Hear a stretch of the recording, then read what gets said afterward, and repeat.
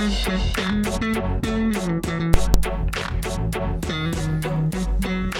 evening, ladies and gentlemen. Welcome to the Dear John podcast. I'm your host, John Moody, where I give you dating and relationship advice, even though I'm probably not qualified.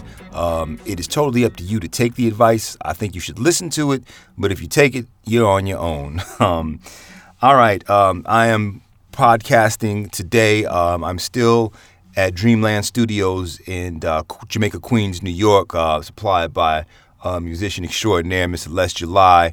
I'm out here visiting the East Coast, and he allowed me to drop in and do my second podcast from his studio. So let's go ahead and get into this. Again, you can send your questions to dearjohnpodcast@gmail.com. Let's get into the first email of the day. Let's check this out. Okay, this comes from a lady. And it says, Dear John, how young is too young for you? How old is too old? Basically, I guess she's asking about age requirements. It's funny because, I always said I would be open to dating older women. And maybe there was a time when I wasn't, and now I am dating older women.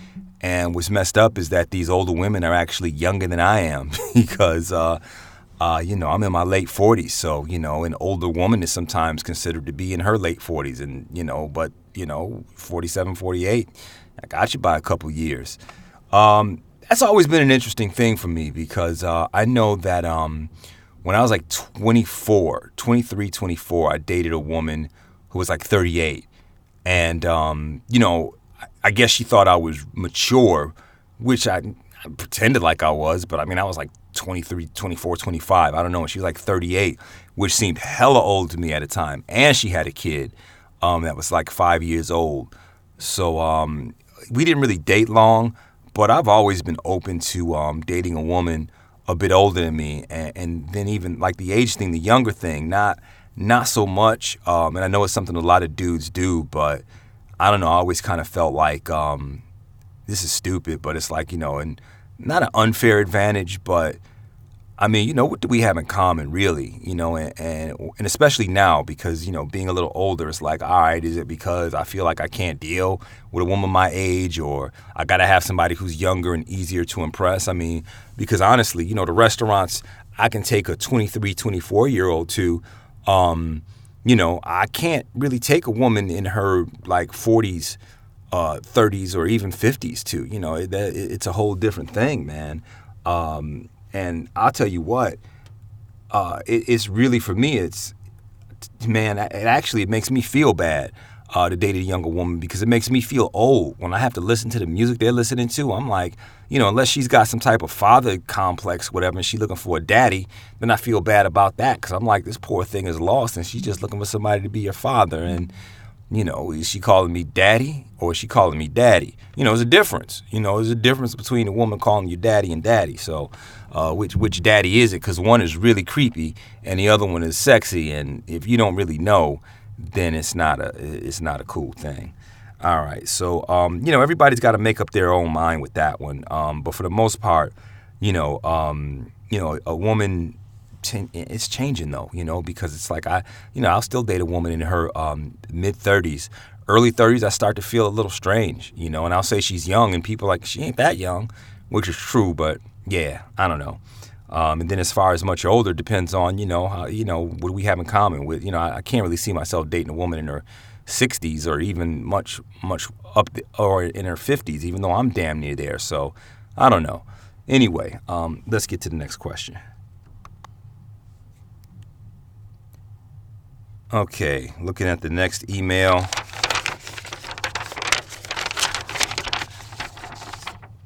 Okay, this is from another lady. Dear John, does a woman who drinks or smokes a turnoff to you? No, actually, it isn't. A woman who drinks that's fine with me, and even for a lot of people, it's a deal breaker. But I have dated women who smoked, and this has not really been a huge deal. If I like you, and a flaw is a flaw. It depends on what you're smoking. You smoking weed, you smoking cigarettes, you smoking heroin or crack, that ain't really gonna work out too much or at all. That's not something I can really get with. But, and as far as a woman who drinks, there was once I did date a woman who I thought drank too much. In fact, she drank and she smoked. And she did a lot of both. I actually wrote a blog about this one, which I don't think a lot of you have read. So I'll go ahead and talk about it. But basically, we decided to go to the beach, which again is a very cheap first date. Going back to the question in the first podcast, we just hung out at the beach and she wanted to stop at a store and get a beer. She got like a little, 12-ounce bottle of beer. And we get out the car and she's got the beer with her. And I'm like, you really can't drink that in public. And she's like, it's just a beer. I'm like, yeah, but it's an alcoholic beverage. And she said, well, fine, I'll put it in a paper bag, which I thought looked a whole lot worse. To be walking down the beach with a chick that's drinking from a brown paper bag, that is not sexy at all. All right, it just is not. Anyway, we went on a couple dates, but what did it for me is we went to a jazz spot one night, Fifth Street Dick's in Leimert Park, which isn't there anymore, unfortunately. I think all the jazz is at the world stage now. But anyway, I took her to this spot, and, they didn't sell alcohol, but they had coffee from everywhere.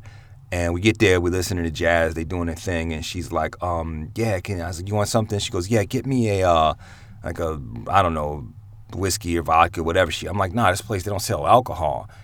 And she freaked out, man. She was just like, what?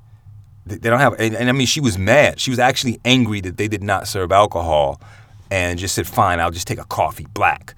And she got a coffee, put a whole lot of sugar in that shit, and went outside, said, I'll be waiting outside. So, I was digging the jazz. So I went back in there and was listening to the tunes for a minute. And, after about 15 minutes, I went outside to check on her. And I'm laughing because that was quite a while to leave her outside. But anyway, it wasn't always the most accommodating gentleman. So anyway, I go out and she is smoking a cigarette and sucking down that coffee, trying to get it looked like she was desperately trying to get some type of buzz or whatever. And we leave. It's about 12:30 at night. I got to work in the morning, and she wanted to stop at the Liquor Bank on Crenshaw. So we go to the Liquor Bank on Crenshaw and Stocker. And I say, well, what can I get you? And she's like, oh, just get me. I'll just take a bottle. And so I got her 12-ounce. She goes, I need something bigger than that. And so I grabbed a 22-ounce. She goes, I need a little more than that. And I'm like, damn, it's 12:30. So I grabbed a quart. And she says, never mind, I'll just get it. And she reached in and got herself a 40-ounce. A 40. And I don't even know if it was Schlitz Malt Liquor Bull, but that's the story I'm going to tell. So she got a 40-ounce of Schlitz Malt Liquor Bull. And then turned to me and asked if I was getting something for myself. So the 40-ounce of Schlitz Malt Liquor Bull was not for the both of us. That was for her. So, I just kind of, dropped her off or tried to drop her off, but she wanted me to come in. And I'm like, yo, I got to work in the morning. I'm good. I'm just going to go home. And she's like, I'm not getting out the car unless you come in. And I'm thinking, at this point, I'm kind of used to getting my way. And when I want to do what I want to do, like leave, I'm going to do that. And she was like, nah. I'm like, look, you need to get out of my car before I put you out my car. And she just looked at me and damn near laughed and was like, we know you're not going to do that. You're not going to put your hands on me and put me out your car. We both know this. And it was true. You know what I mean? I'm not going to put my hands on a woman. I'm not going to make her leave my car. So we just sat there until I just gave in and just said, okay, fine. So we go into her place, and she says this. I mean, this is some shit that's right out of those old TV shows or movies. She goes, let me slip into something a little more comfortable. And so, I'm mad because I didn't want to come in. She drinking a 40-ounce at what is now 12:45. I got to be up. I mean, I need to be up by 6 in the morning. And it's Sunday night. I don't know when they did the Jazz at Fifth Street Dick's. But anyway, so while she went to slip into something more comfortable, I slipped out the door, got in my car, and drove home. And she left me a nice message on my answer machine, because those were the days we had answer machines. And it also wasn't a nice message, but it was the last time I spoke with her. So anyway, you know what? How much does a woman drink? You can't be a drunk. I mean, if I got to take you to AA meetings, you need to be with someone who's equally yoked in that fashion. All right. All right. Let's see. We took almost the entire podcast time for that one question. And you know what? I think I'm done with this episode. So this is episode 2. Thanks a lot for tuning in. Again, if you have a dating question, a relationship issue you want me to answer, please send that to dearjohnpodcast@gmail.com. I'll try to get to it. I will not reveal your name or who you are, or where you live, or anything like that, just so nobody can figure out who you are. And I will give you dating advice based on some of my dating experiences, not so much my relationship experiences. I've had great relationships, and anyway, that's it, and I will catch you next week. Same bat time, same bat place. I'll catch you later.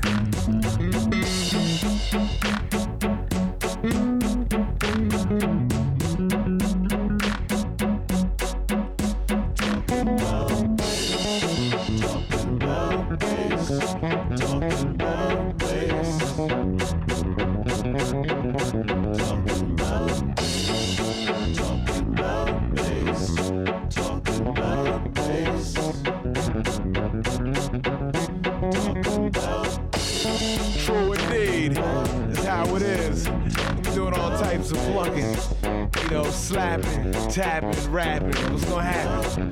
What's happening, Pops? Yeah, let's July holding it down. Shout out all the lords of the low frequencies. What's good? Yeah, it's the real Chris Clark. Let's July, some fly-ish. So try this on the side.